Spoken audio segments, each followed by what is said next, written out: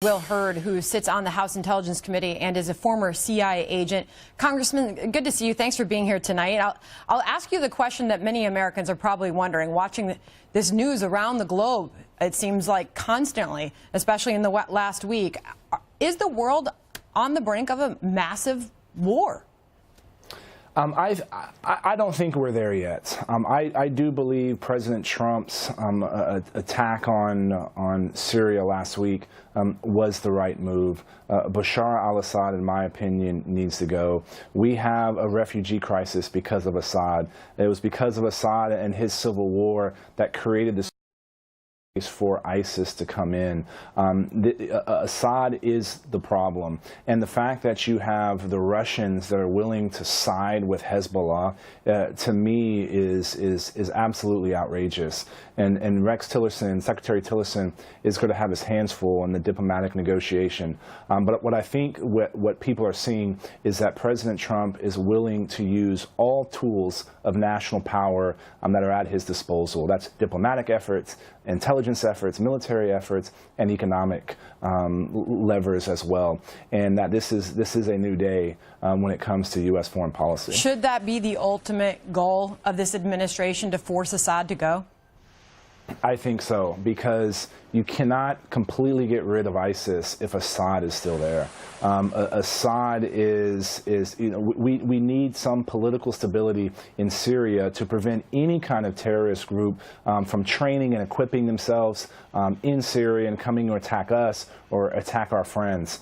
And Bashar al-Assad will never be able to create that stability. Now, people are going to say, well, who's next? And there's not a Syrian George Washington, but we know that Assad is willing to use chemical weapons against his own people. He's done it on more than a dozen occasions over the last year and a half. And this is someone that we can't stand. And we have to make the Russians see that Bashar al-Assad is a problem to them as well. So what does the next steps look like? I mean, you just heard Sean Spicer speaking at the White House earlier today, basically leaving the door open for more military action. Do we see continued action? What do the next few days and weeks look like?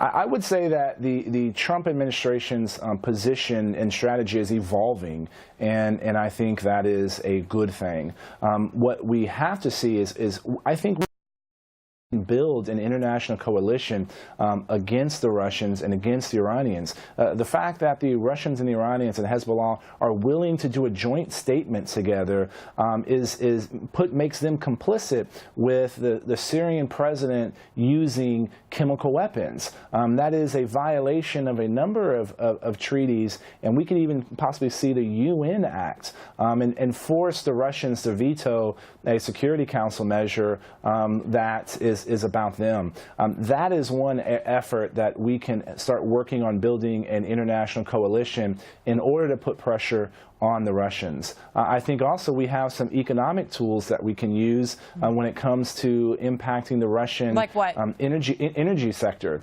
Let's add some additional sanctions against the Russian energy sector. Russia makes its money from oil, but it gets its political power from natural gas. And if they are condoning and supporting the use of chemical weapons in warfare against a country's own population, then we should use that tool as well to put the continued pressure on Russia. But bottom line, you say Assad must go. Congressman Hurd, good of you to be on tonight. Thanks.